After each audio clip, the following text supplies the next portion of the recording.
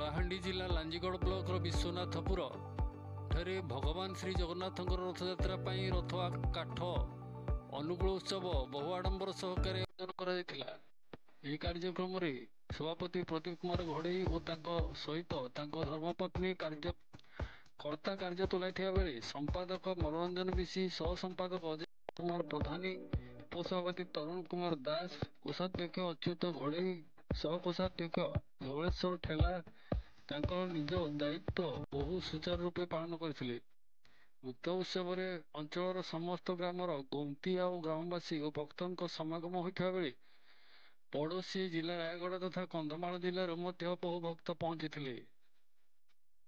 ବିଶ୍ୱନାଥପୁର ଗ୍ରାମର ବହୁ ବୁଦ୍ଧିଜୀବୀ ତଥା ବଳରାମ ବେହେରା, ବବୁଲ ଘଡ଼େଇ, ଫକୀର ପ୍ରଧାନୀ, ବନ ଦଳେଇ, କିଶୋର ହରପାଳ, ପଟକୃଷ୍ଣ ପୃଷ୍ଟି ଏବଂ ବହୁ ମାନ୍ୟଗଣ୍ୟ ବ୍ୟକ୍ତି ତାଙ୍କର କାର୍ଯ୍ୟ ତୁଲାଇଥିଲେ। ଲାଞ୍ଜିଗଡ଼ ରାଜା ମଧ୍ୟ ଉପସ୍ଥିତ ରହିଥିଲେ। ମୁଖ୍ୟ ପୂଜକ ହିସାବରେ କୈଳାସ ଦାସ ଓ ସହପୂଜକ ଭାବରେ ରୁନୁ ପାଢ଼ୀ, ପ୍ରଶାନ୍ତ ଦାସ, ଅନନ୍ତ ପ୍ରସାଦ ପଣ୍ଡା, ସୌମ୍ୟରଞ୍ଜନ କର, ଯତୀନ୍ଦ୍ର ନନ୍ଦ, ନିରୋଜ କୁମାର ଦାସ, ପ୍ରବୀଣ ଦାସ, ମାୟାଧର ଶତପଥୀ ପୂଜା କାର୍ଯ୍ୟ ତୁଲାଇଥିଲେ। ରଥ କାଠ ପାଇଁ ଶାଳ ଗଛ କଟା ସରିଲା ପରେ ସେହି ଗଛ ନେଇ କୀର୍ତ୍ତନ, ଘଣ୍ଟ, ଖୋଳ ସହିତ ନଗର ପରିକ୍ରମା କରାଯାଇଥିଲା।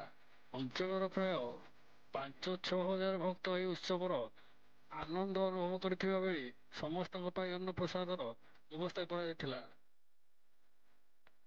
ସମସ୍ତ ଭକ୍ତ ଅନ୍ନପ୍ରସାଦ ଖାଇ ଖୁସି ବ୍ୟକ୍ତ କରିଥିଲେ। କଳାହାଣ୍ଡିରୁ ବି ତ୍ରିପତି ପାତ୍ରଙ୍କ ରିପୋର୍ଟ, ଜାଗରଣ ଭାରତ ନ୍ୟୁଜ୍।